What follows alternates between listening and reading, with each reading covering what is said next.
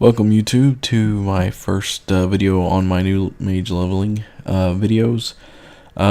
Just go over quickly over what's going on the screen here.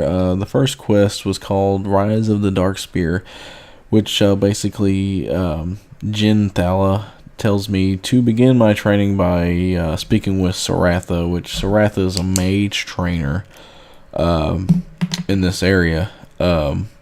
And once you go to him, you turn in the quest, and you get another quest that's called The Basics of Hitting Things, which apparently you have to hit 6 tiki targets, but you don't really just have to hit them. You actually have to defeat them and take all their life away, which actually takes like 2 fireballs for a mage. This is the first time I've created a troll since the release of Cataclysm. And it's a nice change for anybody that's ever played in Dota, constantly creating many different orc classes and troll classes over and over again, which I've done constantly. So I would recommend anybody that has not made a troll since the release of Cataclysm to go ahead and do so, in my opinion.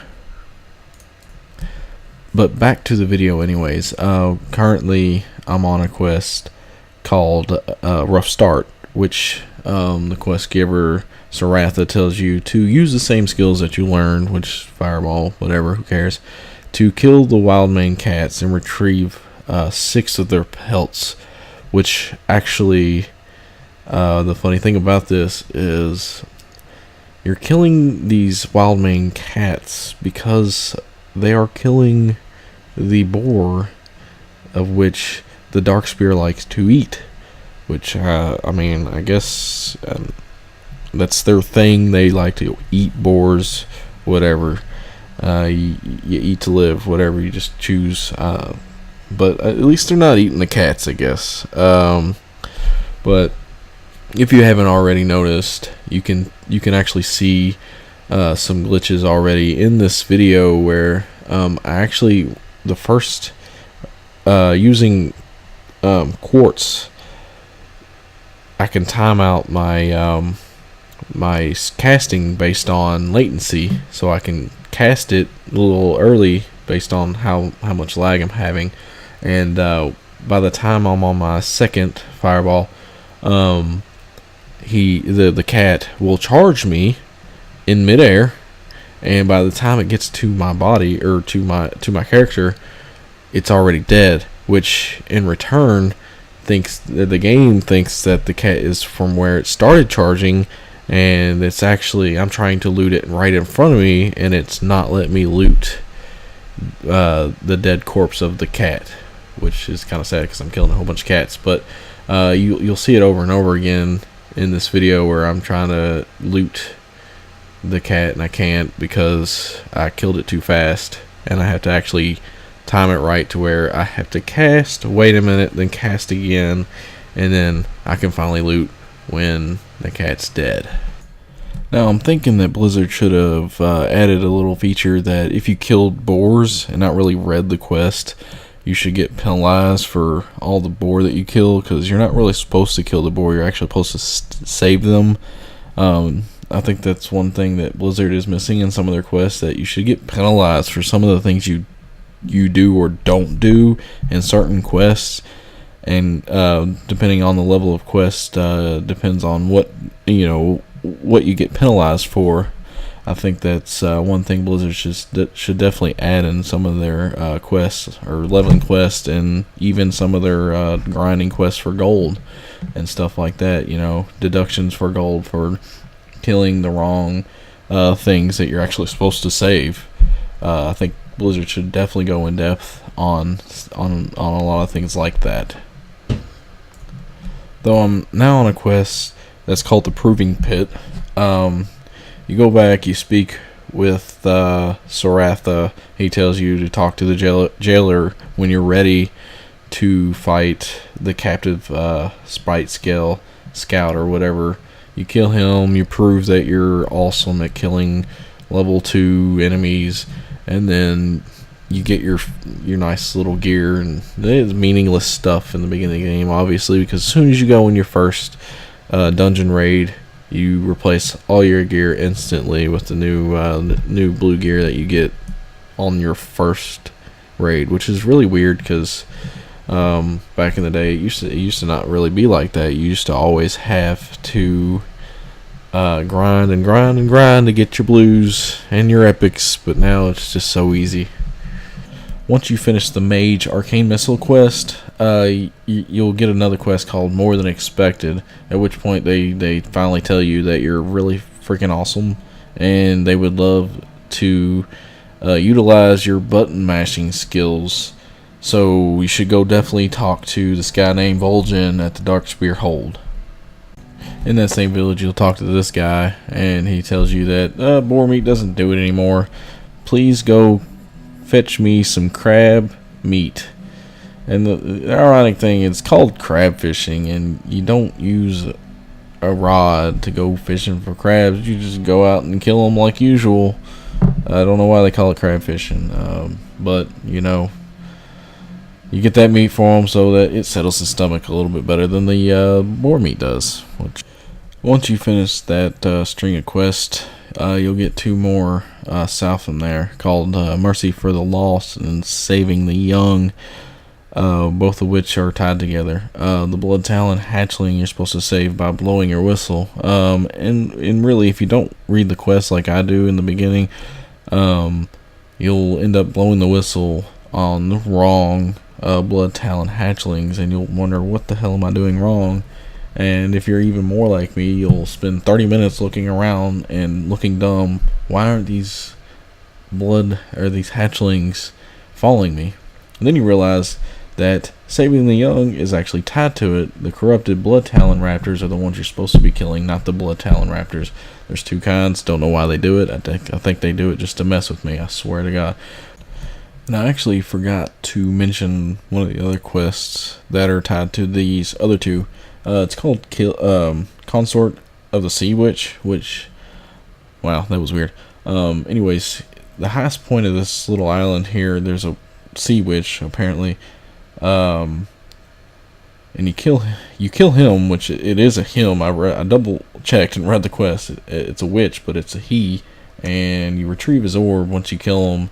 And then once you do all those quests, you can go back, turn them all in, get your copper and your experience, and at which point they give you another quest, which you rope this raptor called Swiftclaw, and then you ride him on back to the original village, Darkspear Hold, and actually I think he's 40%, which is pretty nice because it's a little ways back. Once you get back, if you do it like me, actually, you collect all these quests, which will actually take you to the Northern Islands.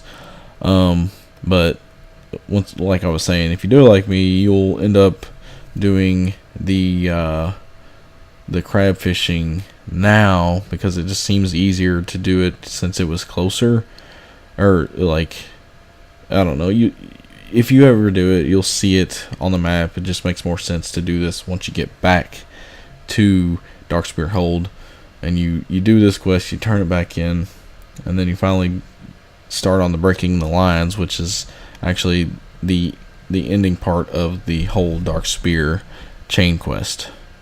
So, Breaking the Lines, you learn that Vol'jin orders Darkspear trolls on an all-out attack on the Naga, because they have taken control of this northern island. I also made a mistake on here. After not completing, but actually accepting both these quests, I went out, I killed the Naga, which is part of it, but I could never find the flag, and little did I know that it was actually all the flags that you're supposed to mark are in this cave, and I didn't know that for like 30 minutes. It took me forever to find out that I had to go back in the cave. But once you get to this island, you turn in that quest. Jordan is the main quest giver. He gives you two more quests, which is killing these Naga. I think like 12 of them. and then marking the flags, which is self-explanatory, obviously, as every other quest is in World of Warcraft. But apparently not too much, because I always get confused. So while you're on this quest, you'll notice that you have a minion on your side that helps you kill all these Naga, which you have to wonder why it's so freaking big. You can see it in the video. This place is quite huge, and you only need 12 Naga to kill. Now I can assume that that's just for reasons for, like, if there's like way too many people playing at the same time and you can't get your Naga to complete the quest, because I've been around these situations when like Wrath of the Lich King first came out. You could never get your quests turned in because you couldn't get any kills at all. Hopefully some of you all have that situation happen to you before, that you would understand. Once you turn both those quests in, you get another quest from the same guy saying that, well, it's called an ancient enemy. And you're told that the Sea Witch is here on this very island. And you're supposed to meet Vol'jin at the top of the island. And once you do that, you see that she is a skull, which, if you don't know, it means that it's at least 10 levels or higher than your level, which is really bad news for a level 5 anyways. But I made a mistake. I killed the little minions beside the Sea Witch, and then got aggro from the Sea Witch, and I didn't know I was not supposed to, because usually they weaken the skull NPC to your level and you just kill it. And this is not the case in this scenario. This time they don't do that. If you get aggro too soon, she will kill you in one hit, and I had to take the long walk back. So if you learn from my mistake, you wait until Vol'jin gets the aggro, you attack her as much as you can, you spam the button, extra minions will spawn, you kill them, and I guess that's one way to keep the aggro off of you, I guess. And then it's like a 5-minute battle, if I remember correctly. And once you kill her, that's it. That's the end of the Darkspear quest line. Don't you feel happy? But anyways, I'd like to take this time to thank everybody for watching this video. It's been fun making it. It's been in post-production for like 5 days.